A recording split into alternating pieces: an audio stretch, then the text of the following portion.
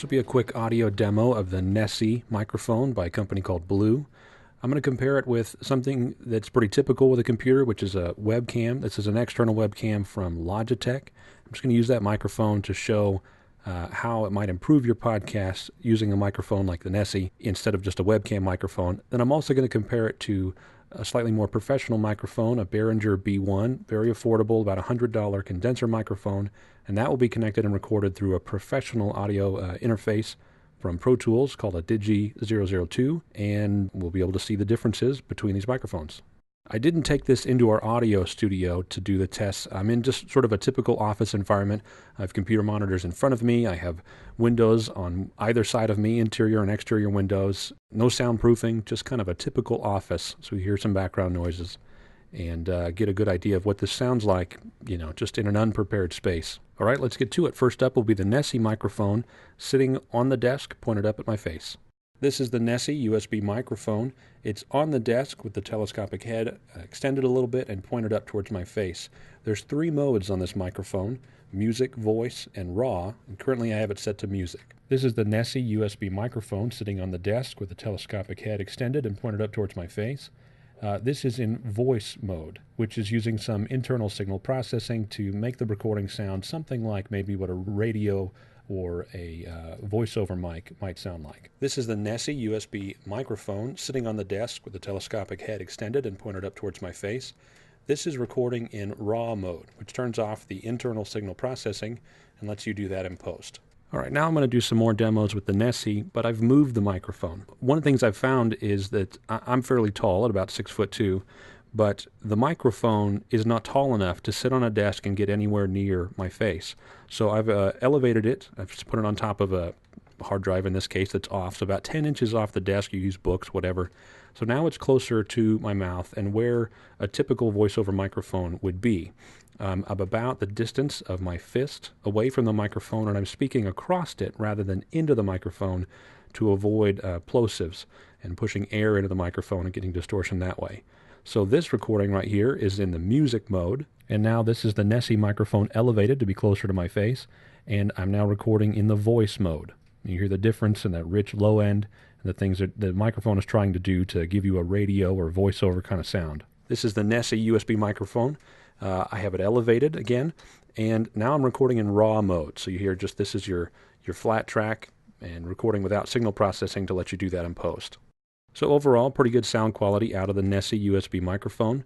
Now to test another USB microphone that might be something you already have, I'm going to test a Logitech webcam and use that microphone to record. All right, this is the Logitech webcam microphone. I'm sitting a reasonable distance away from the screen, just at a desk at a comfortable distance, and it's mounted right on top in the middle of my monitor. And this is maybe a little more typical setup. A lot of people have a webcam or a built-in microphone, and this is a pretty good one.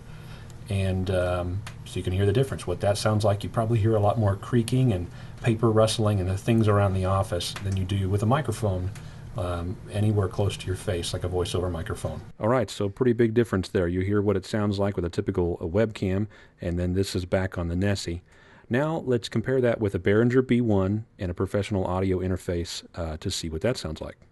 All right, this is using a Behringer B1 condenser microphone. It's connected to a professional audio interface, in this case, a Pro Tools Digi 002. So you can hear what this sounds like. This is just a flat, unprocessed signal. And here now, this is that Behringer recording. And now I've done a little bit of post-processing, and the typical sort of recipe I would use for a voiceover using this microphone in Pro Tools. All right, so now what I'm going to do is a couple of quick cuts back and forth between different recording ways so you can hear the different sound qualities right next to each other. So right now, back on the Nessie, this is in music mode. All right, and this is the Nessie in voice mode. All right, this is the Nessie in raw mode, and the signal is unprocessed. And this is the Nessie in raw mode, but I've processed the signal a little bit in GarageBand. And also, here's one quick recording with the Logitech webcam. And here's one final record, unprocessed, from the Behringer B1 using Pro Tools. All right, well, there it is. A couple of quick tests with the Nessie and then some other microphones to compare it to. Overall, I like it. I think it's kind of a good microphone. It's nice to completely skip the audio interface need. You just have this mic, $100, plug it in, and you should get much improved audio for podcasts. I do like that there's a headphone jack on the back of the microphone, and you can use that to monitor what's being recorded by the microphone, and you can also, it registers on the system as an output. So you can set your system output to this microphone, and then when you stop, when you pause your recording, you play it back, it plays right back into the same headphones, which is nice to work with. I did find that the microphone is fairly sensitive to plosives, meaning if I'm speaking directly into the mic and I have some P sounds right there, you hear a puff of air that hits the microphone and you have some distortion. The way to handle that is just good microphone technique, and now I'm speaking across the microphone instead of directly into it, so the air is passing in front of the microphone, and that handles that. But it seems to be, reasonably sensitive, maybe a little bit sensitive to that, so something to be aware of, and just use good technique for that to sound good. I did these tests using a Mac and using GarageBand, just to use included in recording software. It comes with every Mac. It also works with Windows, and again, driverless with Windows. It means there's nothing to install. You just plug it in and go to your sound control panel and choose it as your input and or output device, and then use a recording software of your choice. So the Nessie does what it's supposed to do, which is be a good voiceover mic to improve podcast sounds without the need for more expensive professional microphones or audio interfaces. And it does a pretty good job at just that.